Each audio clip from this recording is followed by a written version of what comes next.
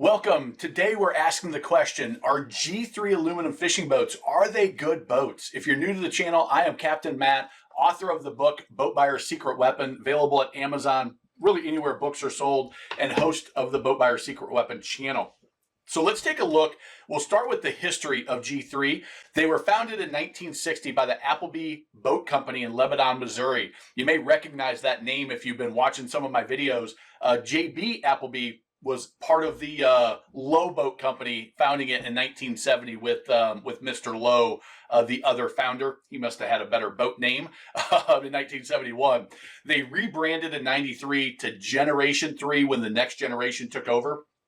And then in 97, they were acquired by Yamaha Motors, and rebranded to just G3.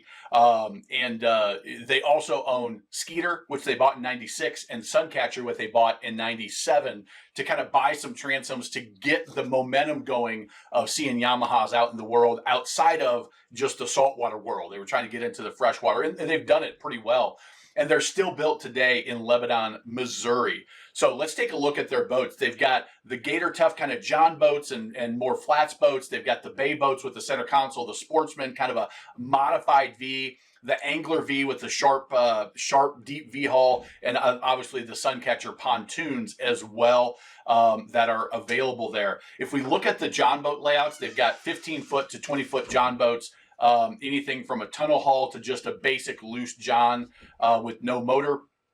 In the Bay series, they've got the center consoles from 17 to 20 feet, 22 feet even on the GX as they get up, and some of those are tunnel hulls as well, if you'll notice. And then they've got the modified V, kind of what you would expect there, from 16 to up to 24, which is pretty big.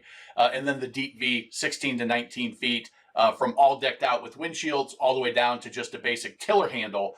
So a lot of different styles depending on where you're at, how you're using the boat, and obviously the Suncatcher pontoons, which we're not going to talk about here, but we do talk about in the best and worst pontoon and my brand videos on the pontoon side. So we started with the question, are G3s good boats? The answer is yes, they're very well built boats. I actually went to several boat shows and inspected all the aluminum boats I could find, and put together this best and worst video of aluminum fishing boats. I give you pictures, video, and show you what I like, what I don't like, and compare them and put them in categories. So if you look at the G3, well, they're a riveted boat. So the welded versus riveted, I've got a video on the channel. You can watch that where I talk about which is better. They're just different in my opinion, really. But 0.08, 0.1, 0.125, depending on the size of the boat. So those little John boats with no motors, you might put a 9.9 on it.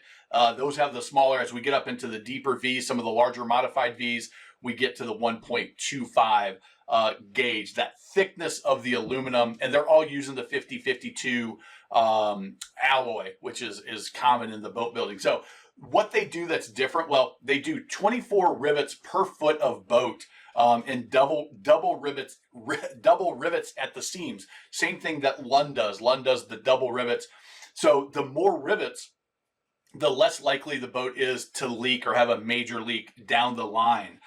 They do use a closed cell foam, which means that they put foam in the compartments and actually do I believe do a foam shot where two different materials go together, they chemically react and expand so it fills in all the cracks and crevices. That's for safety, and that's for support of the boat. If you think about this can, if it's filled with foam, it's going to have more structural support. It's also, as you're going down choppy water, it's going to have a little bit more solid feel. It's going to be a little quieter as well.